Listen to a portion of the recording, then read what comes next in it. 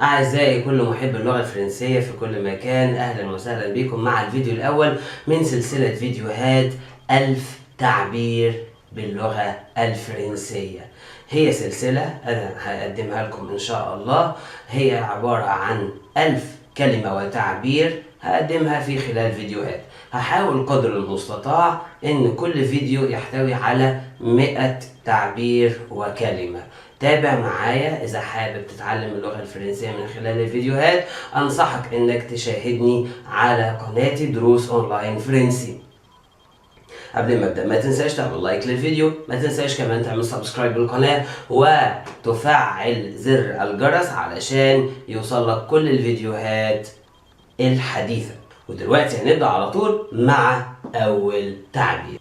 طبعا التعبيرات كلها هتبقى موجوده عندنا هنا على الشاشه. أول تعبير هو bonne chance. bonne chance bonne chance bonne chance يعني حظ سعيد.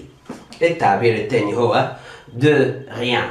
de rien de rien de rien يعني العفو. de rien يعني لما أنا أقول لك ميرسي أنت تقول لي de rien de rien. أوكي. التعبير اللي بعد كده هو bienvenue. bienvenue bienvenue يعني أهلا وسهلا. bienvenue. أما التعبير الثالث فهو enchanté. enchanté enchanté enchanté يعني تشرفنا. enchanté. التعبير اللي بعده أو الكلمة اللي بعدها هي la chance. la chance la chance يعني الحظ. la chance la chance. بعد كده التعبير اللي بعده هو c'est super. c'est super c'est super c'est super يعني هذا رائع هذا رائع. أما التعبير اللي بعده هي كلمة super نفسها. super يعني رائع. super. التعبير اللي بعده هو je ne comprends pas. je ne comprends pas je ne comprends pas je ne comprends pas je ne comprends pas يعني أنا مش فاهم. لما تكون في فرنسا وحد فرنسي بيكلمك أنت مش فاهمه فبتقول له je ne comprends pas أنا لا أفهم. طيب الكلمة أو اللي بعدها الكلمة اللي بعدها هي le besoin.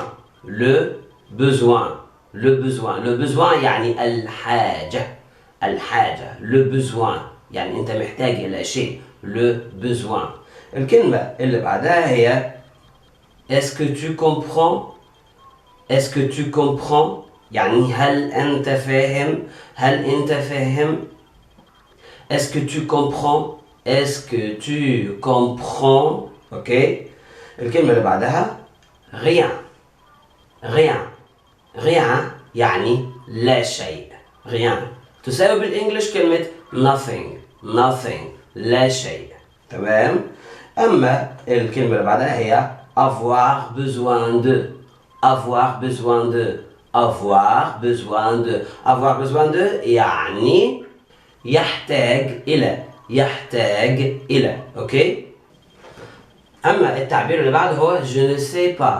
je ne sais pas je ne sais pas أو باللهجة السريعة نقول je ne sais. je ne sais pas أو باللهجة الأسرع منها بنحذف من الكلمة أو بنحذف من التعبير كلمة ne فنقول je sais pas. je sais pas je ne sais pas أو je sais pas بمعنى لا أعرف.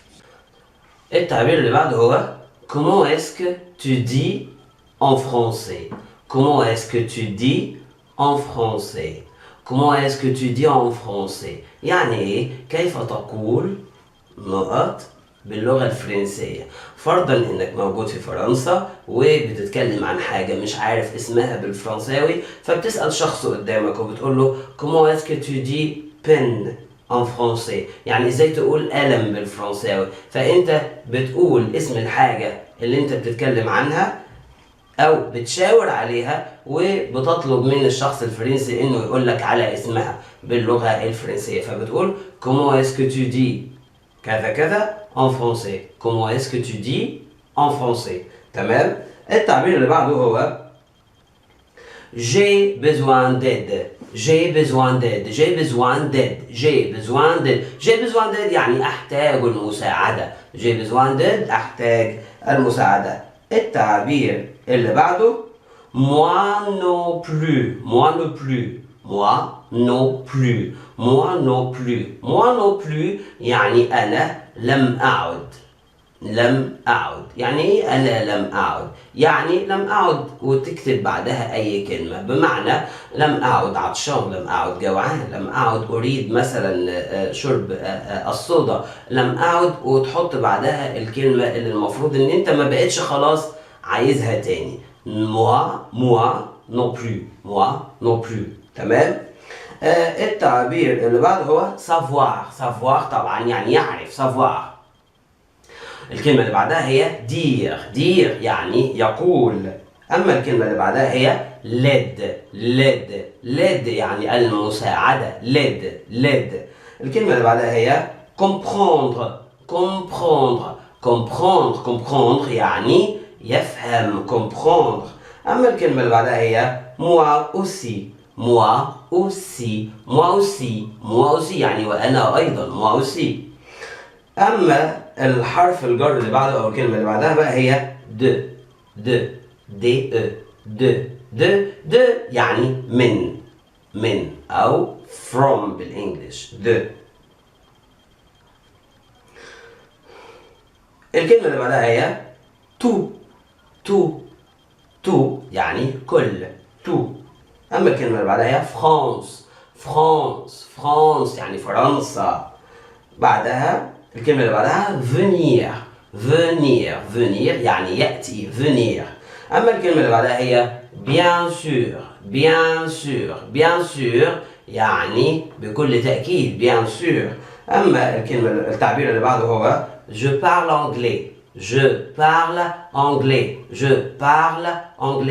anglais يعني أنا أتحدث الإنجليزية. يعني لما بتكلم حد في فرنسا وأنت مش عارف فرنساوي فبتسهل على نفسك فبتقول له أنا بتكلم إنجليزي je parle anglais. ربما هو كمان يطلع يتكلم إنجليزي فيبدأ يتواصل معاك. أما الكلمة اللي بعدها هي est-ce que tu viens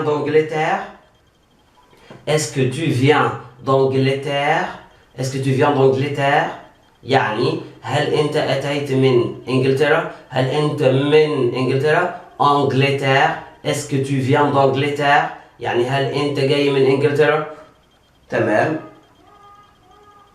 التعبير اللي بعده هو الكلمة اللي بعدها هي où يعني أين أما الكلمة اللي بعدها أما التعبير اللي بعده هو je viens des États-Unis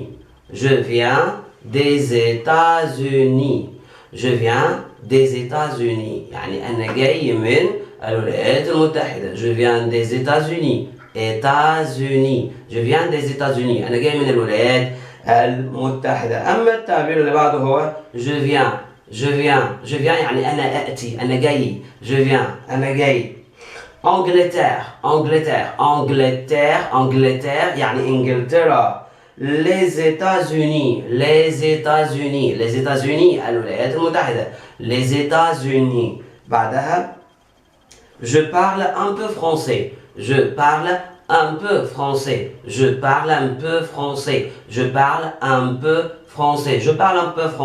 يعني أنا أتحدث قليلا الفرنسية. est-ce que tu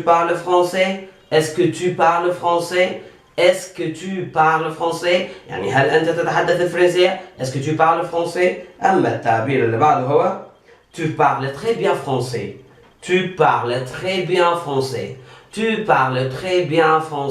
يعني أنت تتحدث الفرنسية جيدا. بعدها التعبير اللي بعده je viens d'Angleterre أنا جاي من إنجلترا je viens d'Angleterre. طبعا لو أنت مش من إنجلترا فبتحط البلد اللي أنت منها بعد كلمة je viens de. طيب وبعديها du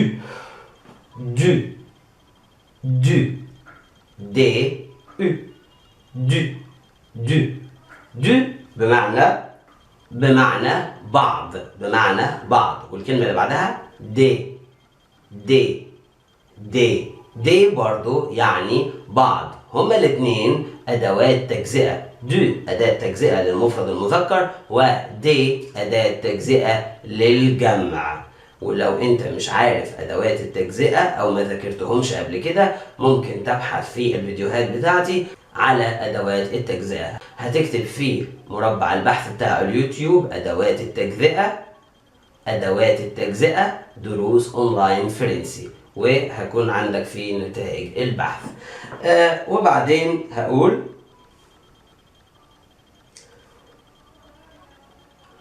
d'où est-ce que tu viens? D'où est-ce que tu viens? D'où est-ce que tu viens? D'où est-ce que tu viens؟ يعني من أين أنت تأتي؟ أنت منين؟ D'où est-ce que tu viens؟ أنت ممكن تتسأل السؤال ده لو أنت في فرنسا. وبعدين parler يعني يتكلم. Bien sûr que je parle anglais. Bien sûr que je parle anglais. Bien sûr que je parle anglais. يعني بالتأكيد أنا أتحدث الإنجليزية. Bien sûr que je parle anglais. Bien sûr que je parle anglais. تمام؟ بعدها un peu يعني قليلا. un peu قليلا. Je viens d'Angleterre. Je viens d'Angleterre. يعني أنا جاي من إنجلترا. اللي بعده. Est-ce que tu parles français? Est-ce que tu parles français? Est-ce que tu parles français؟ يعني هل أنت تتحدث الفرنسية؟ ده برضو سؤال بتتسأله لو أنت في فرنسا. Tu parles très bien français. Tu parles très bien français. Tu parles très bien français. أنت بتتحدث الفرنسية جيدا جدا. Tu parles très bien français. أما التعبير اللي بعده. Est-ce que tu viens d'Angleterre؟ يعني هل أنت جاي من إنجلترا؟ Est-ce que tu viens d'Angleterre؟ تمام. بعدها je viens des États-Unis. Je viens des États-Unis. أنا جاي من الولايات المتحدة. بعدها je viens. Je viens يعني أنا جاي أو أنا أأتي. Je viens. بعدها je parle anglais. Je parle anglais. أنا أتحدث الإنجليزية. J'aimerais. J'aimerais. J'aimerais. J'aimerais. J'aimerais يعني أود أو أفضل. اللي هي تساوي بالإنجليش I would like. I would like. I would like. Je viens. J'aimerais. J'aimerais. OK. بعد j'aimerais بتقول le café au lait. Le café au lait. Le café au lait يعني القهوة باللبن، القهوة باللبن. Le café au lait. تمام. بعدها j'aimerais une tasse de café s'il vous plaît. J'aimerais une tasse de café s'il vous plaît. J'aimerais une tasse de café s'il vous plaît. تاني j'aimerais une tasse de café s'il vous plaît. يعني أنا أود فنجان أو كأس من القهوة لو سمحت. Bien sûr que j'ai de l'eau. التعبير اللي بعده bien sûr que j'ai de l'eau. Bien sûr que j'ai de l'eau. Bien sûr que j'ai de l'eau. De l'eau. Bien sûr que j'ai de l'eau. يعني ايه bien sûr que j'ai de l'eau؟ يعني بالتأكيد لدي ماء. بالتأكيد عندي مية. Bien sûr que j'ai de l'eau. تمام. بعدها j'aimerais du lait s'il vous plaît. J'aimerais du lait s'il vous plaît. J'aimerais du lait s'il vous plaît. يعني أود لبن لو سمحت. J'aimerais du lait s'il vous plaît. بعدها la bouteille. La bouteille. La bouteille. La bouteille يعني الزجاجة. ويقال la bouteille. La bouteille. على طول كده. الزجاجة. Est-ce que vous avez des desserts? Est-ce que vous avez des desserts? Est-ce que vous avez des desserts؟ يعني هل لديكم حلويات أو حلوى؟ Est-ce que vous avez des desserts؟ تمام. Est-ce que vous avez des desserts؟ هل لديكم حلوى؟ أوكي. اللي بعدها Est-ce que vous aimeriez une bouteille ou un verre؟ Est-ce que vous aimeriez une bouteille ou un verre؟ Est-ce que vous aimeriez une bouteille ou un verre؟ تاني. Est-ce que vous aimeriez une bouteille ou un verre؟ كمان مرة. Est-ce que vous aimeriez une bouteille ou un verre؟ يعني هل تريد زجاجة أم كوب؟ Est-ce que vous aimeriez une bouteille ou un verre? وبعدها لا تاس. لا تاس. لا تاس يعني الفنجان أو الكوب أو الكأس. لا تاس. تمام. Vous aimeriez. Vous aimeriez. Vous aimeriez يعني حضرتك تفضل. Vous aimeriez دي طريقة فورمال، طريقة مؤدبة. Vous aimeriez حضرتك تفضل. تمام. بعدها le plat principal. Le plat principal. Le plat principal يعني الطبق الرئيسي، الطبق الأساسي. وبعدها qu'est-ce que vous aimeriez manger? Qu'est-ce que vous aimeriez manger? Qu'est-ce que vous aimeriez manger? يعني ماذا حضرتك تود أن تأكل؟ Qu'est-ce que vous aimeriez manger? أما التعبير اللي بعده je n'ai rien. Je n'ai rien. Je n'ai rien. Je n'ai rien. Je n'ai rien يعني I don't have anything. أنا ما عنديش حاجة. Je n'ai rien. معيش حاجة. Je n'ai rien. بعدها je n'ai pas d'eau. Je n'ai pas d'eau. Je n'ai pas d'eau. Je n'ai pas d'eau. Je n'ai pas d'eau. يعني أنا ما عنديش مية. Je n'ai pas ما عنديش d'eau ماء. Je n'ai pas d'eau ما عنديش ماء. L'entrée. L'entrée. L'entrée. L'entrée يعني البداية أو المدخل. المقصود بها هي بداية الأكل، السلطات والخضرة والأطباق اللي بتتحط على المائدة قبل الطبق الرئيسي اللي هو le plat principal. تمام؟ دول اسمهم l'entrée، البدايات. وبعدين le verre. Le verre. Le verre. Le verre يعني الكوب. وبعدها l'assiette. L'assiette. L'assiette. L'assiette يعني الطبق. L'assiette. وبعدها la chose. La chose. La chose يعني الشيء. La chose. بعدها quelque chose. Quelque chose. Quelque chose. Quelque chose يعني شيء ما. Quelque chose. وبعدها qu'est-ce que vous aimeriez? Qu'est-ce que vous aimeriez? Qu'est-ce que vous aimeriez? يعني ماذا حضرتك تريد أو ماذا تود؟ Qu'est-ce que vous aimeriez? وبعدها le dessert.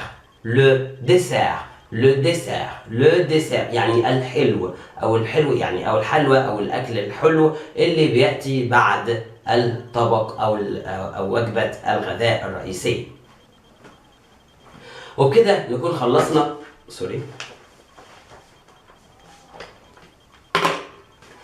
وبكده نكون خلصنا أول 100 كلمة وتعبير من سلسلة 1000 كلمة وتعبير باللغة الفرنسية. علشان تضمن أكبر استفادة من الفيديو لازم تشوفه أكتر من مرة وتردد ورايا التعبيرات والكلمات اللي أنا قلتها. ترددها مش في وقت الفيديو بس، بعد وانت بعيد عن الفيديو كمان تحاول تتذكر انا بقول ايه، ولو انت نسيت ترجع تاني تشوف الفيديو. تحياتي ليكم، وما تنسوش تعملوا لايك للفيديو، شير للفيديو علشان يوصل لاصدقائكم اللي حابين يذاكروا اللغه الفرنسيه من خلال الفيديوهات، خاصه لو ليك قرايب، لو ليك اصدقاء، لو ليك اشخاص يهمك امرهم في فرنسا، يا ريت تعمل لهم شير او منشن للفيديو على صفحاتهم على الفيسبوك علشان يعرفوا يذاكروا مادة اللغة الفرنسية كويس، لأن أنا عارف إن دراسة اللغة الفرنسية في فرنسا بتكون غالية شوية، فما تستخسرش فيهم إنك تقدم ليهم المساعدة. تحياتي ليكم وأشوفكم في الفيديو الجاي، ومستعد للرد على كل تعليقاتكم. تحياتي ليكم وأشوفكم في الفيديو الجاي. أغفر. أعزائي كل محبي ودارسي اللغة الفرنسية في كل مكان، أهلا وسهلا بكم في الفيديو الثاني من سلسلة فيديوهات 1000 تعبير باللغة الفرنسية. عملنا الجزء الأول من السلسلة دي، وهتلاقي الرابط بتاعه هيظهر في الدايرة اللي بتظهر هنا على الشاشة، وكمان هتلاقي الرابط برضو موجود في نهاية الفيديو. ودلوقتي هناخد المجموعة الثانية من هذه السلسلة. عندنا التعبير الأول زي ما احنا متعودين، التعبيرات هتظهر قدامك هنا بس أنا هقراها من الدفتر بتاعي. التعبير الأول هو J'aimerais du lait s'il vous plaît. J'aimerais du lait s'il vous plaît. J'aimerais du lait s'il vous plaît. J'aimerais du lait s'il vous plaît. يعني أود لبن لو سمحت. أريد أو من فضلك لبن لو سمحت. J'aimerais du lait s'il vous plaît. L'entrée اللي هو البداية يعني لما بتكون في مطعم بيتحط قدامك بعض الأكلات الخفيفة قبل الوجبة الأساسية زي السلطة أو زي العيش وخلافه. الحاجات دي اسمها l'entrée، البداية. التعبير اللي بعده هو Est-ce que vous aimeriez une bouteille ou un verre? Est-ce que vous aimeriez une bouteille ou un verre? Est-ce que vous aimeriez une bouteille ou un verre? يعني هل حضرتك تود زجاجة أم كأس أو كوب؟ كمان مرة. Est-ce que vous aimeriez une bouteille ou un verre? أوكي؟ التعبير اللي بعده هو Est-ce que vous avez des décès? Est-ce que vous avez des décès؟ يعني هل حضراتكم عندكم حلوى أو حلويات أو أكل حلو بعد الوجبة؟ Est-ce que vous aimeriez des décès؟ أوكي؟ التعبير اللي بعده هو Le plat principal الطبق الرئيسي، الطبق الأساسي. Le plat principal. أوكي؟ التعبير اللي بعده أرقام بقى، شوية أرقام. 15 يعني 15. 17 يعني 17. 20 يعني 20. 12 يعني 12. 18 يعني 18. 13 يعني 13. 19 يعني 19. 11 يعني 11. 16 يعني 16. 14 يعني 14. وبعدين بنقول Il n'y a pas de banque. Il n'y a pas de banque. Il n'y a pas de banque. وبالنسبة لكلمة il n'y a pas الفرنسيين بيقولوها كده il n'y a pas de banque. il n'y a pas يعني il n'y a pas يعني لا يوجد بنوك. payer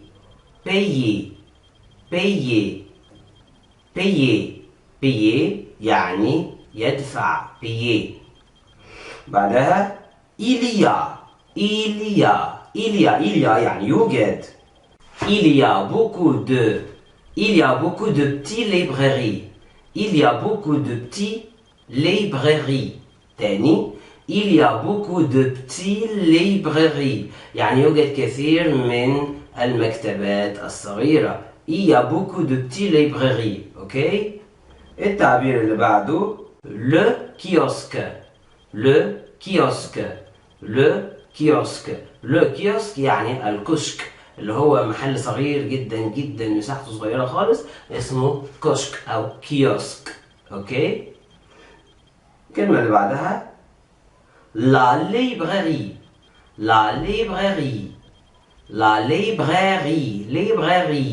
يعني المكتبة، مكتبة البيع، بيع الكتب وبيع الأدوات المكتبية. بعدها la banque يعني البنك. Allons au marché يعني لنذهب إلى السوق.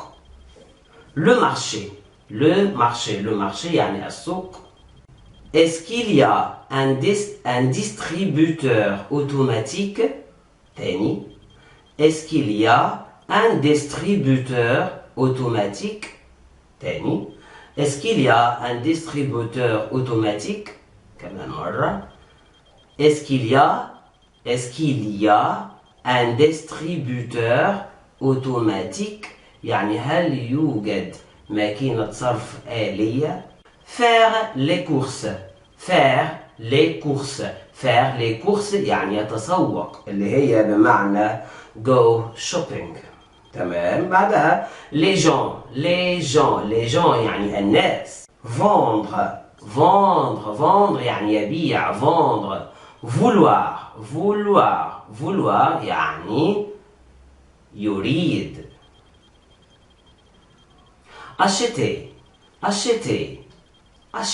وأحيانا تقال acheter يعني يشتري. je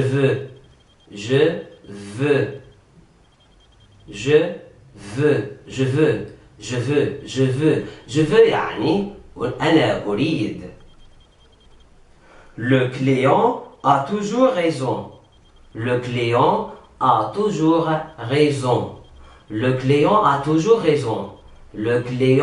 toujours raison يعني الزبون دائما على حق. عبارة مشهورة طبعا. le supermarché اللي هو السوبر ماركت. je veux acheter quelque chose pour toi تاني. je veux acheter quelque chose pour toi je veux acheter quelque chose pour toi يعني أريد شراء شيئا ما لك. la voiture يعني السيارة. le taxi طبعا يعني التاكسي. allons faire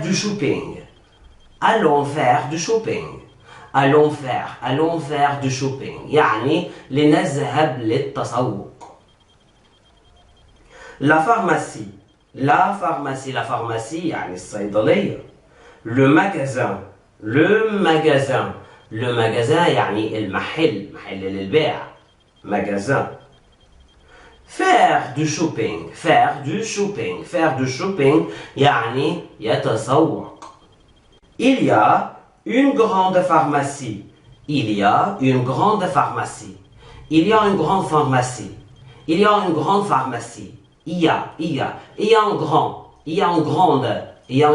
pharmacie يعني يوجد صيدلية كبيرة.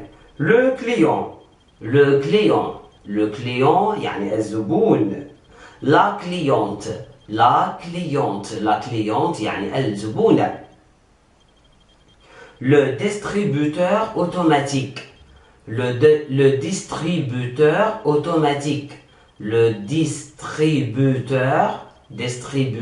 automatique يعني ماكينة الصرف الآلي. le livre يعني الكتاب. il y a beaucoup de gens يعني يوجد كثير من الناس. le supermarché يعني السوبر ماركت. la librairie يعني المكتبة. le client a toujours raison يعني الزبون دائما على حق. بعدها le kiosque يعني الكشك أو المحل الصغير. il n'aime pas